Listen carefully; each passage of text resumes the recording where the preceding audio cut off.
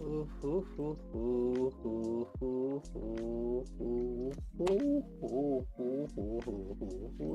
aloha there.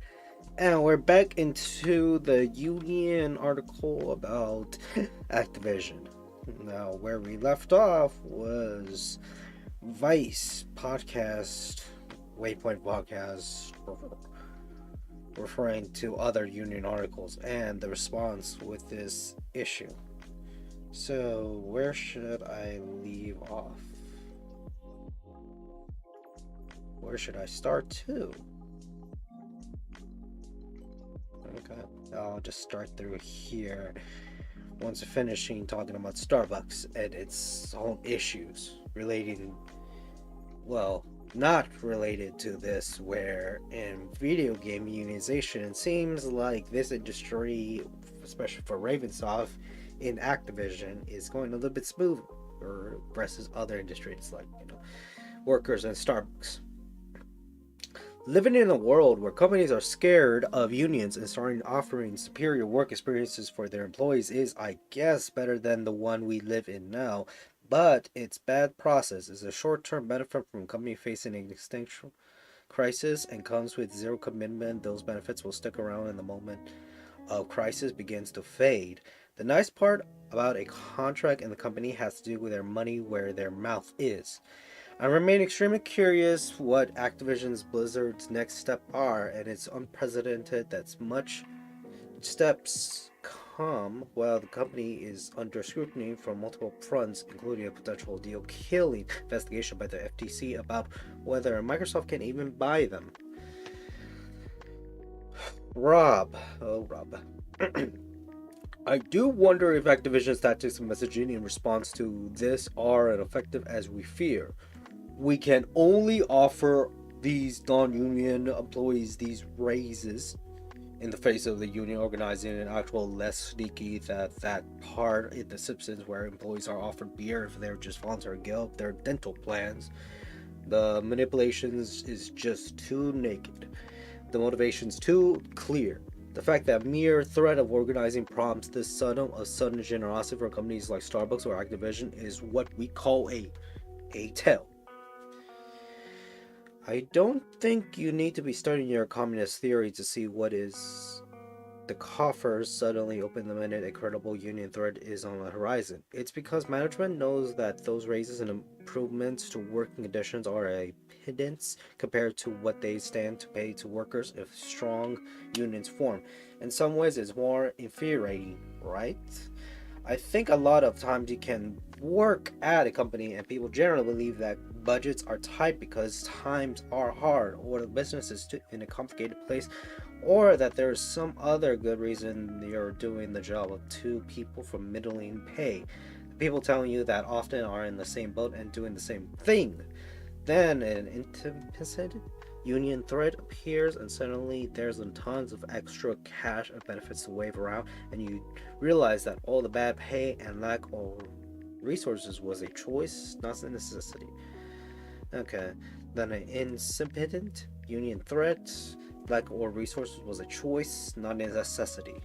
Yeah, showcasing that the issue has a lot of things going on with it.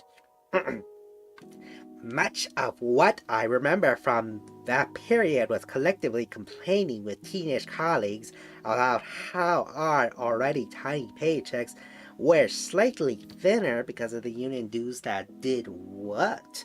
I was never given out a pitch on why the union was helpful to me. End quote. From the article, it's not from people in Ravensoft, Activision, or any such. But it does show something I talked about with unions being something that's supposed to unify everybody and keep everybody in a loop. Unionizing everybody. Everybody knew what are they working towards. That shows the strength of a union. Likewise, I am not sure the problems that QA teams have traditionally faced are as isolated as they used to be. The impression I've always got is that historically QA was seen first as an entry-level role where people were desperate to prove themselves, and second that people who served in the production departments did not see QA people as peer or colleagues in the same way they regarded one another. In that context, it probably makes a lot of sense the line of attack where you point out that a single QA department shouldn't do things that affect the whole studio. But I suspect a lot of modern game development jobs look more like QA in terms of workload and compensation they used to. The people working in those jobs are probably even more acutely aware of the threat of outsourcing to overseas studios, and QA is held in a higher esteem just because their job is so obviously important. Also, when your company is mired in scandal due to an uncountable and toxic meritocratic class exploiting their positions and privileges, calling attention to the question of who would be allowed to make decisions for studio employees is at best a very bold choice. Because the other way you could respond to the Activision Blizzard statement on the union is to agree that, yes, a wall-to-wall union is what Raven employees should be working towards. I do mean to trivialize the real obstacles working face to unionizing, or say management doesn't have an incredible arsenal of cards to play and levers to pull, but I think they are squandered their best one, which is making employees feel like their financial professionals share in the success of the company and its products. Now they're left in the position where their responses to workers don't look like generosity or respect, but bribery and fear. Patrick, I think that's spot on. The industry, by the very nature of the exploitative design, has been pushing itself towards this moment for decades now. It's impossible to know what tap of a tiny hammer would eventually cause a dam to break, but there's definitely a leaky hole. Now, we wait. End quote. For Patrick. Because, damn, it's just showing that a lot of things not in the video game industry, but almost a lot of industries, like, for example, Starbucks is having this a leaky hole where management tends to be pretty exploitive, pretty hostile towards many of these people who are looking at unionizing. And yeah, so why they don't give examples of it, because let me try to go see if there's any which one. Okay. Company is mired in scandal due to unaccountable and toxic managerial class exploiting their positions and privileges, calling attention to the question of who should be allowed to make decisions for studio employees is as best a very bold choice, very bold choice.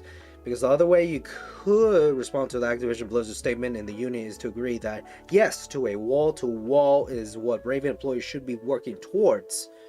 So yeah, not giving examples, but it does show in Activision Blizzard's issue, it is bringing this question at unionizing, particular with what criminal issues they've come across. Well, criminal in the sense where someone died.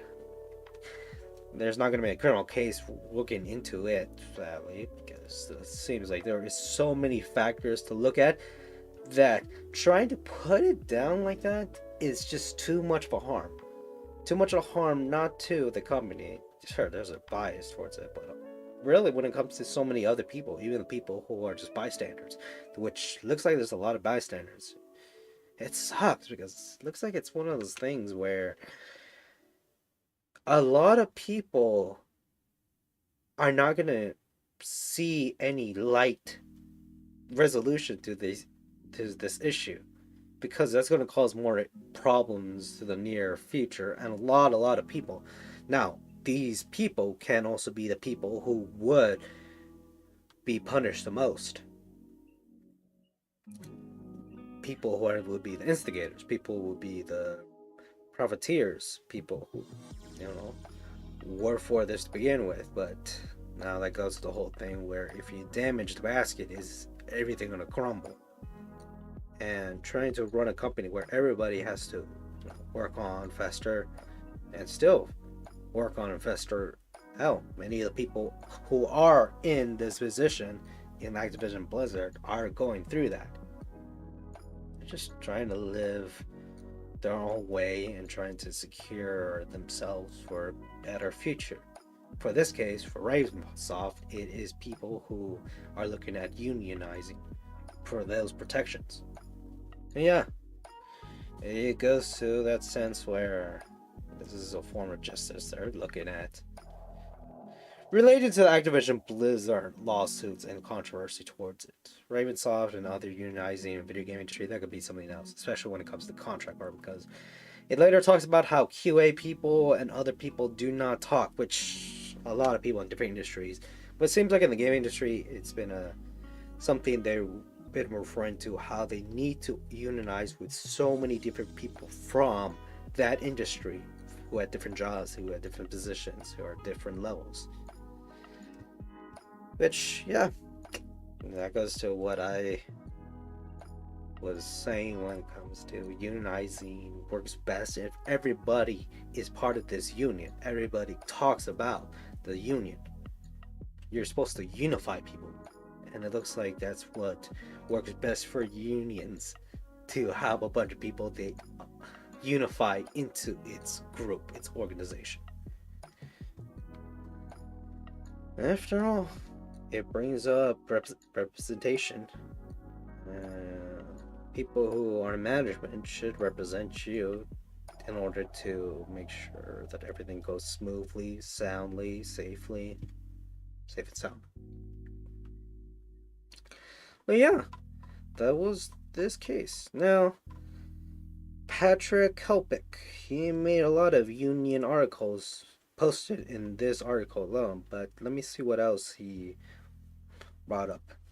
Okay, Activision Blizzard is acting like a company that's scared of a union. That's the one we read.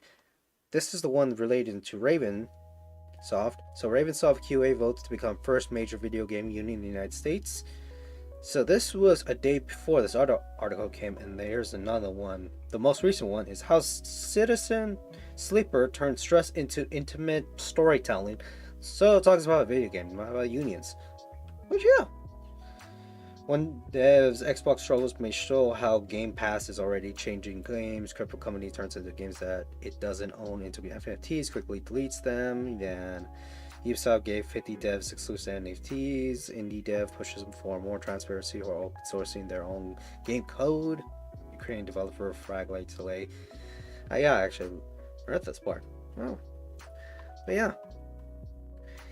I can cover more about him, more about games in Vice Waypoint. But anywho, time's up and aloha.